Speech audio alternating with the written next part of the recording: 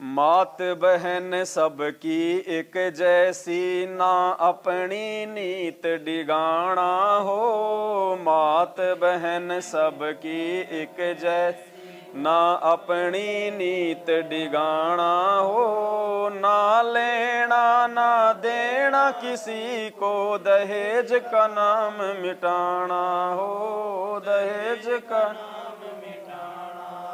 भाई घर छूटो या जग रूठो, चाहे रूठो ये संसारा हो। कौन सुने मेरी काल नगर में, जय गुरु रूठ गया, गुरु रूठ गया मारा हो। तो परमात्मा ने ज्ञान गंगा में भी लिखा है पॉइंट नंबर 14 पे, व्यभिचार निषेध। पराई स्त्री को माँ बेटी बहन की दृष्टि से देखना चाहिए, व्यभिचार महापाप है। तो वही लिखवाया परमात्मा ने कि मात बहन सबकी एक जैसी, ना अपनी नीत डिगाना हो। ना लेना ना देना किसी को, दहेज का नाम मिटाना हो। भाई गुरु की पूजा गुरु की सेवा, ना कोई गुरु समान ना हो। गुरु की पूजा गुरु की सेवा, ना कोई गुरु समान हो। प्रथम इनको दंडवत करना, बाकी सब प्रणामा हो। बाकी सब प्रणामा हो। भाई घर छूटो या जग रूठो, चाहे रूठो ये कौन सुने मेरी काल नगर में, जय गुरु रूठ गया मारा हो। गुरु की पूजा गुरु की सेवा, ना कोई गुरु समाना हो। प्रथम इनको दंडवत करना, बाकी सब परिणामा हो। और ये ज्ञान गंगा पुस्तक में पॉइंट नंबर इसमें 17 में लिखा है परमात्मा ने, गुरु जी के समान किसी को महत्व नहीं देना। यदि कहीं पर पाठ या सत्संग चल रहा हो, या वैसे गुरु जी के दर्शनों के लिए जाते हो, तो सर्वप्रथम गुरु जी को दंडवत लंबा लेटकर प्रणाम करना चाहिए। बाद में सदग्रंथ साहिब व तस्वीरों, जैसे साहिब कबीर जी की मूर्ति, गरीबदास जी की व स्वामी राम देवानंद जी व गुरु जी की मूर्ति को प्रणाम करें, जिससे सिर्फ भावना बनी रहेगी, मूर्ति पूजा नहीं करनी है। परमात्मा ने केवल जो दंडवत है, केवल अपने गुरु जी के आगे साक्षात। गुरु जी की फोटो को भी दंडवत नहीं करोगे तो नहीं चलेगा। लेकिन जब गुरु यदि जब हो सामने, तो गुरु जी को दंडवत प्रणाम सबसे पहले, और किसी को नहीं करना दंडवत प्रणाम। बाकी जैसे मूर्तियां हैं, इनको परमात्मा ने केवल क्या कहा है, खाली हाथ जोड़ लो, प्रणाम नमस्कार, और हमें उसकी भी आवश्यकता नहीं है। दास आपको उससे भी थोड़ा और जो है मतलब कि 2 कदम आगे की बात बता रहा है, क्योंकि 7 संगतियां परमात्मा के आशीर्वाद से हैं। क्योंकि परमात्मा नहीं कहेंगे कि भाई उनको प्रणाम भी नहीं करना है, क्योंकि एक वाणी है कि शिष्य पूजे गुरु अपना, और गुरु पूजे सब साध, कहे कबीर उन दोनों का मता बड़ा अगाध। गुरु जी ने तो भक्ति मार्ग को जन जन तक पहुंचाना होता है, सभी संतों की महिमा करनी होती है, सभी की वाणियां लेनी होती हैं। तो गुरु तो सबकी महिमा करेगा, सबकी वो पूजा करेगा, सबका जो मर्जी करेगा। लेकिन शिष्य का क्या धर्म है, केवल अपने गुरु की ही पूजा करना। जैसे आज हम अपने गुरु जी के अलावा किसी और के लिए हम पूजनीय शब्द का यूज नहीं कर सकते, नहीं कर सकते ना गरीबदास जी के लिए कर सकते, ना अपने दादा गुरु जी के लिए कर सकते, ना किसी और देवी देवता के लिए कर सकते। आदरणीय कर सकते हैं, सम्माननीय कर सकते हैं, लेकिन ये पूजनीय शब्द का प्रयोग हम सतगुरु रामपाल जी भगवान के अलावा किसी और के लिए नहीं कर सकते हैं। अब देखो पुण्यात्माओं, ये जो वाणी है ना, ये वाणियां ऐसे नहीं है, और हमने इन वाणियों के अनुसार ही अपनी जो है क्रियाओं को ठीक करना है। अब देखो वाणी का प्रमाण देखो। अब आप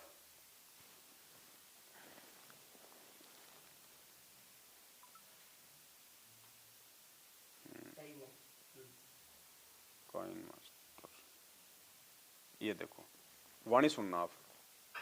अभी आप ये कहा भाई भगत जी, ये चित्र लीजिए साथ साथ, सारे ले रहेंगे जो तपस्वी नजर आ रहे हैं ना इन सब संतों के। और प्रथम ये लीजिए चंदन देव। गुरुजी कहीं पे सत्संग कर रहे थे किसी धर्मशाला में, और वो धर्मशाला वाले थे वो किसी और को मानते थे। ये छुड़ाने की बात हो रही है। छुड़ानी में गुरुजी ने सत्संग किया, ये पुराना सत्संग है। तो वहाँ पे ब्रह्मानंद की, फलाने नंद की, सबकी लगी हुई हैं।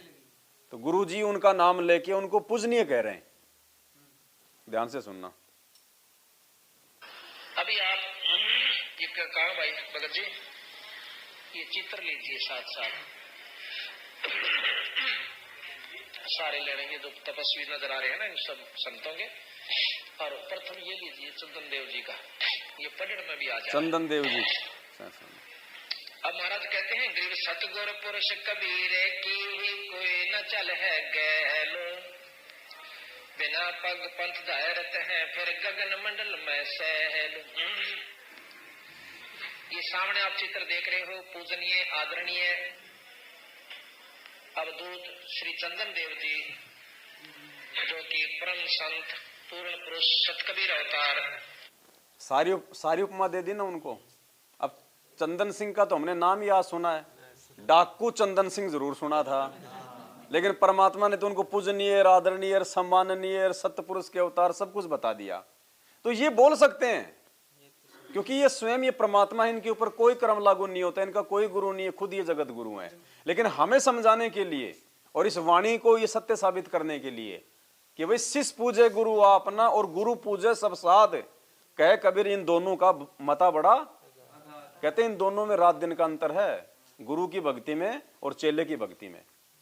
चेले को केवल अपने गुरु जी को ही पूजना है, गुरु सबको पूजेगा, क्योंकि गुरु जी ने तो सभी शास्त्रों का सार निकालना है, सभी संतों महात्माओं की वाणियां दिखानी है, पढ़ानी है, उनका जीवन चरित्र दिखाना है।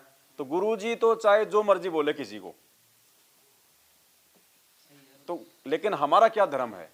केवल अपने गुरुदेव की पूजा करना। तो वही लिखवाया परमात्मा ने, कहा था भाई गुरु की पूजा गुरु की सेवा, ना कोई गुरु समाना, प्रथम इनको दंडवत करना, बाकी सब प्रणामा हो, बाकी सब प्रणामा हो। भाई घर छूटो या रूठो ये संसारा हो, कौन सुने मेरी काल नगर में, जय गुरु रूठ गया मारा हो, गुरु रूठ गया। अब हमने ये जयकारे लगाने तो बोल ही दिए जब से हम सात संगतियों में जुड़े हैं। अपने पूज्य गुरुदेव के अलावा हम ना तो हम किसी धाम की जय बोलते, ना हम इनकी गरीबदास जी की, ना हम आदरणीय राम देवानंद जी की जय बोलते, ना हमको छुड़ानी की जय बोलते, कुछ नहीं बोलते ना। पुण्यात्माओं, हमने तो जो है प्रणाम भी नहीं करना। मतलब ये मूर्ति अगर हमें कहीं दिखाई दे जाए, डाडी मूछ वाली कबीर जी की, गरीबदास जी की, हमने तो प्रणाम भी नहीं करना। क्यों नहीं करना है? अब इन चीजों को आप समझना। गुरु जी ने ज्ञान गंगा में 18 पेज नंबर पे है शायद, ये जो अभी आपको दिखाया है ना उसमें। हाँ, और सत्संग में जो आपने दिखाया, जैसे वो भी गुरु जी बोल रहे हैं, दाढ़ी मूछ वाली तो भाग भी लिया तो फेल हो जाओगे, अब वही रेल से यहाँ करनी है। तो इसके तो पेज नंबर ही अलग अलग कर रखे हैं इन सब ने। ये इसमें ज्ञान गंगा का ही है, नियम नंबर 17 है ज्ञान गंगा में, जो अभी आपको जो पढ़ाया है। इसमें क्या कहा परमात्मा ने? गुरु जी के समान किसी को महत्व नहीं देना। यदि कहीं पर पाठ या सत्संग चल रहा हो या वैसे गुरु जी के दर्शनों के लिए जाते हो, सर्वप्रथम गुरु जी को दंडवत, कोष्टक में लिखा लंबा लेटकर प्रणाम करना चाहिए। बाद में, यानी बाद में पहले गुरु जी को दंडवत प्रणाम करो, उसके बाद में सदग्रंथ साहिब व तस्वीरों, जैसे साहिब कबीर जी की मूर्ति। जबकि पुण्यात्माओं वहां पे क्या होता है, गुरु जी नीचे ऊपर कबीर, दोनों को एक साथ ही हम लंबा लेट के हम दंडवत कर रहे हैं। हमारी मर्यादा तो वहीं टूट रही है इस नियम के। हम तो नियम के विरुद्ध कर रहे हैं। वहां तो सबकी फोटोएं लगा रखी हैं, सबकी। कोई तो गरीबदास जी के कर रहा है, कोई गुरु जी के कर रहा है, कोई डाडी मूछ वाले के कर रहा है, और वहां सबसे बड़ी फोटो लगा रखी है, उस पे ये वाली फोटो लगा रखी है। तो इस ज्ञान गंगा और गुरु जी के नियम नंबर 17 के अनुसार हम क्या कर रहे हैं भाई? गुरु जी की तो मजबूरी थी इस फोटो को ऊपर रखना, क्योंकि इनको हम भगवान मान नहीं रहे थे हैं, तो गुरु जी की मजबूरी थी कि भाई यो है भगवान भाई। लेकिन अब तो परमात्मा ने हमें इतना ज्ञान दे दिया, इतना सब कुछ समझा दिया, इसलिए परमात्मा ने फोटो हटवाई है, क्योंकि हमारी मर्यादा टूट रही है, हमारी आस्था रह रही है इनमें। अब हमने इनको प्रणाम भी हमने क्यों नहीं करना? आगे इसमें गुरुजी ने क्या बताया कि उसके बाद में इनको प्रणाम करना है। जो ये मूर्तियां, जो ये फोटो हैं, जो बाकी है संतों के ऋण की, और जो है वो सदग्रंथ साहिब पुस्तक, अब हमने प्रणाम क्यों नहीं करना? अब गुरुजी ने हमें क्या बताया कि भाई ये पूजनीय नहीं है, लेकिन ये आदरणीय है। क्या है? आदरणीय है ये, इसलिए हमने इनको प्रणाम। अब मुझे एक बात बताओ, आदरणीय तो गुरुजी ने ब्रह्मा विष्णु महेश को भी बताया ना कि भाई ब्रह्मा विष्णु महेश हैं, इनका ये पूजनीय नहीं है, ये आदरणीय है। क्या हम ब्रह्मा विष्णु महेश को हाथ जोड़ते हैं क्या? कहीं उनका कोई मंदिर हो, किसी रिश्तेदारी में फोटो हो, हमारे तो देखते ही लाइट ही हमारी तो रेड वाली हो जाती है शुरू। तो जब वो भी आदरणीय है और ये भी आदरणीय है, जब हम उनको नहीं कर रहे तो हम इनको क्यों करें? और अगर इनको कर रहे हैं तो फिर उनको भी करना चाहिए। फिर तो हनुमान जी भी आदरणीय है। फिर तो पुण्यात्माओं, आदरणीय तो हमारे रिश्तेदार भी हैं, हम उनको झुक के प्रणाम करते हैं ना, झुक के प्रणाम। लेकिन इनको नहीं करना, क्योंकि ये देव पद पे हैं। भक्ति मार्ग में आदरणीय ये भी बता दिए गुरुजी ने, और आदरणीय तो अपना रिश्तेदार भी, हर आदमी आदरणीय है। हम जगत वालों को हम झुक के हम प्रणाम कर लेंगे, लेकिन क्योंकि हम आध्यात्मिक मार्ग में हैं, देव पद पे जहां बात आएगी वहां केवल एक ही देव है, देवों का देव महादेव।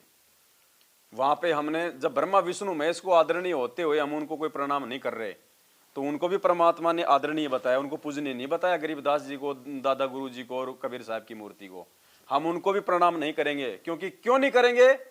जैसे काल ने अपनों में से उठा के सात संगतियों में गंदगी फैलाई है ना, ऐसे ही ये काल भगवान, उसको पता है कि ये ब्रह्मा विष्णु महेश को तुम नहीं मानेंगे बिल्कुल, ये क्यों ना जो इनके हैं उन्हीं को उठा के इनमें आस्था करवा के और इनको त्रिकुटी पे ठग लो,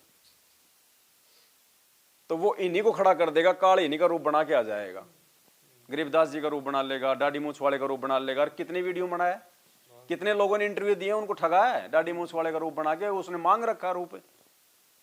तो हमने प्रणाम भी नहीं करना, इतनी सी भी आस्था नहीं रखनी हमने इनमें, अनादर नहीं करना, नहीं करेंगे हम। अनादर नहीं कर रहे हम किसी का भी, लेकिन हम तो बिल्कुल जो है प्रणाम भी नहीं करेंगे। जब हमने फोटो हटा दी, हमें मतलब क्या? फिर हमारे को हाथ जोड़ने होते तो अपने घर में कहीं और लगा देते हम, दरबार के अलावा। उनको हाथ जोड़ के भी हमें क्या मिलेगा? हमें मिल रहा है उनकी वाणियों से, उनके कथाओं से, वो हम ले रहे हैं, हम सीख रहे हैं। तो बिल्कुल भी हृदय में भी नहीं होना चाहिए अपने गुरु जी के अलावा कोई दूसरा, सौपन में भी। और सौपन में होगा कब? नहीं, जब हम उनको कभी देखेंगे नहीं अपनी आंखों से, हम उनकी कोई चर्चा ही नहीं करेंगे। तो इसलिए हमने बिल्कुल भी वो नहीं करना। हमने तो केवल पतिव्रता, हर प्रकार से तन मन से अपना गुरु, बस, बाकी और नहीं कुछ भी। तब जाके हमारी बात बनेगी, नहीं तो काल इनके रूप में ठग लेगा, ये भी ध्यान रख लेना। दादा गुरु जी का रूप बना लेगा, वो सारा काम कर लेगा वो।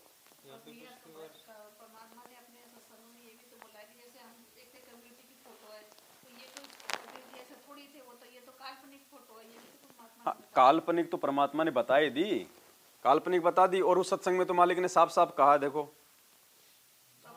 अब देखना, अब प्रणाम की बात कहां से आ गई, अब तुम देखना फिर।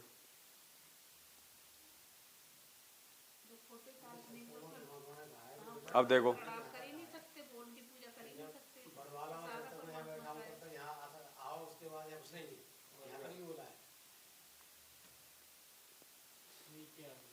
पिछली बार इधर सत्संग थी ना, तब मेरे को मेमोरी कार्ड की जरूरत थी। हम दोनों गए थे नामदान केंद्र में, भगत और था वो दोनों वहाँ गए। तो उन्होंने मतलब वो भगत ने दंडवत किया था इस फोटो वाले को। मैंने कहा मैं नहीं करूँगा, मैं केवल अपने भक्ति को ही करूँगा। अब उन्होंने तो नाम शुद्ध करवा दिया, मैंने नहीं करा।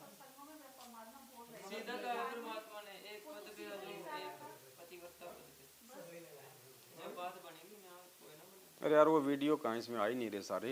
आज बहुत दिनों बाद परमात्मा की वाणी याद दिलाई। वो आपने भेजी थी भगत जी मेरे को, कौन सा? शिष पूजे गुरु अपना, ये वाली आपने भेजी थी मुझे। तुम भूल गई थी मुझे पर आज फिर याद। व्हाट्सएप पे होगी ना, देख लो कहाँ होगी इसमें। वो सत्संग इसमें मुझे दिख नहीं रहा। दास ने दिखाया था आप लोगों को काफी बार। परमात्मा ने कहा था कि गुरु गोविंद दोनों खड़े काके लागू पाए। गुरु जी ने क्या कहा कि जब आप त्रिकुटी पे जाओगे वहां पे आपकी जो है परीक्षा होगी, और वहां पे एक तरफ तो कहा परमात्मा ने कि ये दास खड़ा होगा, एक तरफ तो ये दास खड़ा होगा और एक तरफ वो कबीर परमात्मा भी आ जाए बराबर में, तो भी आपने सबसे पहले अपने गुरु जी को दंडवत करना है और उधर देखना भी नहीं है। अगर झांक भी लिए और फिर क्या कहा कि ऐसा ही यहाँ है, ऐसा ही यहाँ है। अब झांकना नहीं है तो फिर जब झांकने को मना कर दिया तो फिर प्रणाम किसको करेंगे? झांकना मतलब उसको देखना, जब देखने के लिए मना कर दिया गुरु जी ने तो प्रणाम किसको करें? इसीलिए तो हटा दिया हमने, सब ये हटा दिए। फोटो काल्पनिक हो।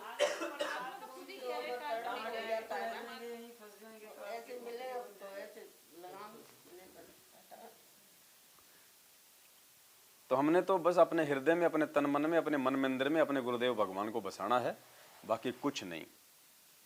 तो ये लिखा है परमात्मा ने, गुरु की पूजा गुरु की सेवा, ना कोई गुरु समाना हो, प्रथम इनको दंडवत करना, बाकी सब प्रणामा हो। तो हमने तो प्रणाम भी नहीं करना, ये तो वाणी के अनुसार लिखना पड़ा ये, क्योंकि इसमें नियम में लिखा हुआ है।